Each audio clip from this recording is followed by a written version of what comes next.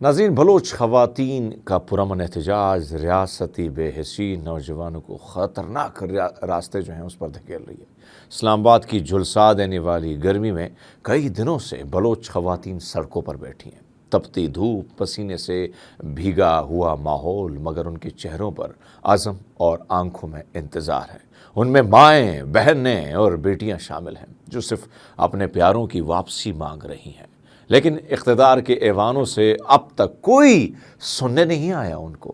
نہ کوئی وزیر، نہ کوئی حکومتی نمائندہ، نہ کوئی ہمدردی کا پیغام۔ بس چند ٹاؤٹ آتے ہیں، BLA کی مذمت کرانے کی کوشش کرتے ہیں، مگر کوئی یہ نہیں پوچھتا کہ آخر یہ حالات پیدا کیوں ہوئے ہیں۔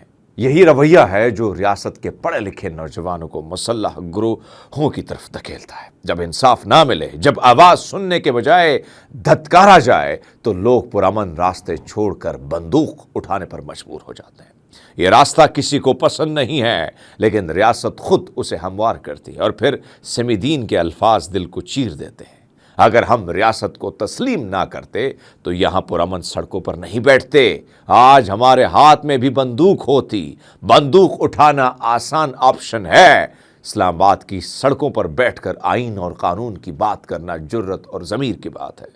اگر ہمیں دہشت گرد بنایا گیا تو پھر پرامن سیاسی جدوجہد پر یقین رکھنے والوں کا بھی اعتبار ختم ہو جائے گا۔ یہ لمحہ ہے کہ ریاست سن لے، سمجھ لے اور جواب دے۔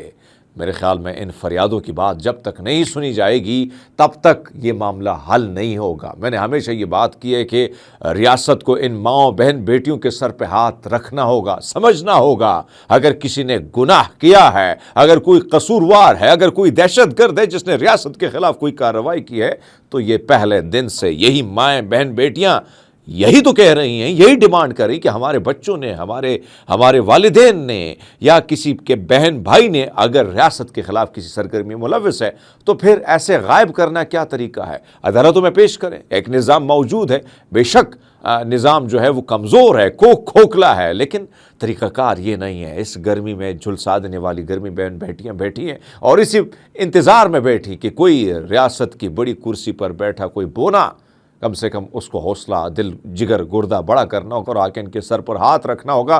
یہی مریم نواز آج وزیر اعلیٰ بیٹھی، اور جب ڈی چوک میں جب عمران خان کی حکومت تھی اور یہ لوگ بیٹھے تھے تب وہ ہر دن یہاں پہ پہنچ جاتی تھی۔ یہ تمام تر سیاستدان ڈھکوسلا کرتے ہیں صرف اور صرف اپنی سیاست کے بچانے کے لیے اور سیاستی بیانیاں بنانے کے لیے۔